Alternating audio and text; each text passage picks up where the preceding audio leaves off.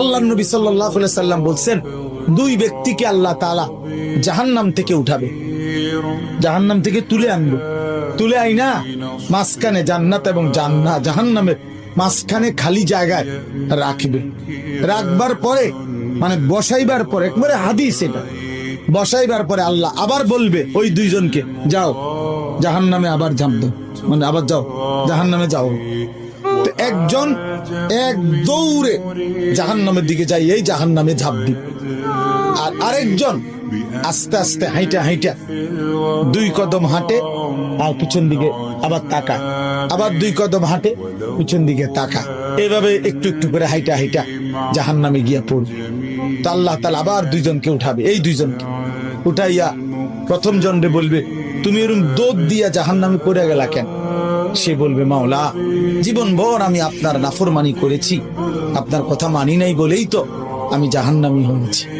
আজ যখন আপনি আমারে জাহান্নাম থেকে তুলে ওই মাঝামাঝি জায়গাতে রাখছেন, রাইকা আবার যখন কইছেন জাহান্নামে যাইতে, পড়তে, লাফ দিতে, তো এটাও তো আপনার একটা হুকুম।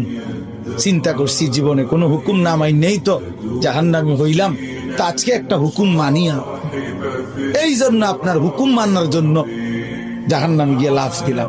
আল্লাহ বলেন, আমিও তোকে মাফ করে দিই, জান্নাতে।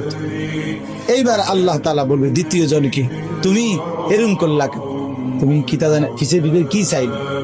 তো সে বলবে, মাওলা আমি তো জাহান্নামী, আমার আযাব তো হচ্ছিলই, তো আপনি যখন আমার জাহান্নাম থেকে তুলে এই খালি জায়গায় আইনা বসাইলেন, আমি ভাবছি আপনার মায়া লাগছে, আমারে দয়া করবেন, আমি মনে করছি আমারে মাফ করে দিছেন বা মাফ করে দিবেন, এই জন্য উঠাইয়া আনছি। এখন আবার যখন আমারে জাহান্নামেই পড়তে কইছেন, যেন আমি একটু একটু আগাইয়া পিছন দিকে চাই, আপনি কোনো ডাক দেননি, আপনার মায়া জানি আবার লাগেনি কোনো, আপনি আমারে ডাক দেননি। তো আল্লাহ তাআলা বলবেন, বান্দা তোকেও মাফ করে দিন।